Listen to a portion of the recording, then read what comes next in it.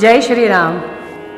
श्री ब्रह्मचैतन्य गोंदवलेकर महाराज यांच्या प्रवचने ह्या पुस्तकातील आज 8 एप्रिलचं प्रवचन.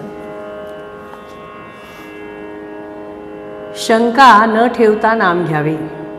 नामस्मरण करायला सांगितले की लोक सबबी सांगतात, पण खरोखर नामस्मरण करण्याच्या आड काहीच येत नाही. काम करीत असताना सुद्धा उगाचच इतर विचार मनात येतातच ना. मग तसेच नामस्मरण करायला कोणती अडचण आहे? उगाच दुसरे विचार करण्यापेक्षा भगवंताचे नाम घ्यावे हे बरे नाही का? वेळ सापडताच तो व्यर्थ गप्पा गोष्टीत न घालवता नामस्मरण करावे, श्रद्धा ठेवून करावे. 2 प्रवासी पायी जात होते. त्यांना भूक लागली. जाताना एक आमराई लागली. त्यांनी मालकाला विचारले, आंबे खाऊ का? मालक म्हणाला, 15 मिनिटात जितके आंबे खाता येतील तितके खा. दोघांपैकी एक होता तो मालकाजवळ चौकशी करू लागला की या शेतात पट्टी किती, मालक कोण, वगैरे वगैरे पुष्कळ विचारपूस करू लागला. दुसरा मात्र भराभर आंबे खाऊ लागला. इतक्यात 15 मिनिटे झाली.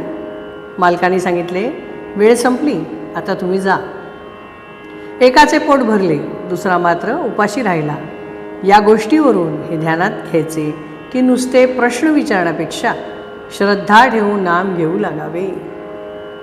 नामाचा अर्थ आपल्याला जरी कळला नाही तरी तो भगवंताला कळतो. म्हणून नामाचे महत्त्व कळो वा न कळो नाम घेत राहणे. ध्रुवाने काय केले? नारद वचनावर विश्वास ठेवून नामस्मरण प्रेमाने करू लागला. तो इतर विचारांच्या शंका कुशंकाच्या नादी लागलाच नाही. एक तत्व नाम हेच त्याने धरले. म्हणून त्याला नारायण प्रसन्न झाला. संत निस्वार्थी असतात. ते तळमळीने सांगतात. त्यावर आपण श्रद्धा ठेवावी आणि नाम घ्यायला सुरुवात करावी आणि अखंड नामातच राहावे. नाम किती दिवस घेत राहावे? नाम सोडावेसे वाटत नाही तोपर्यंत ते घेत राहावे. नामात रंगून जाईपर्यंत नाम घ्यावे. नामस्मरणात रंगला की ते नाम सुटणारच नाही. भगवंताचे नाम हे श्रेष्ठ आहे. त्या नामात रंगेल तोच खरा. चरित्र विसरले तरी चालेल, पण नाम विसरू नये, कारण नामात सर्व चरित्र साठवलेले आहे. ज्ञान, उपासना, कर्म वगैरे मार्ग आहेत, पण सर्वात नामस्मरण हे सोपे साधन आहे. एक मोठा किल्ला होता. तो अभेद्य होता. मुंगीलाही आत प्रवेश होणे शक्य नव्हते, असा तट होता. पण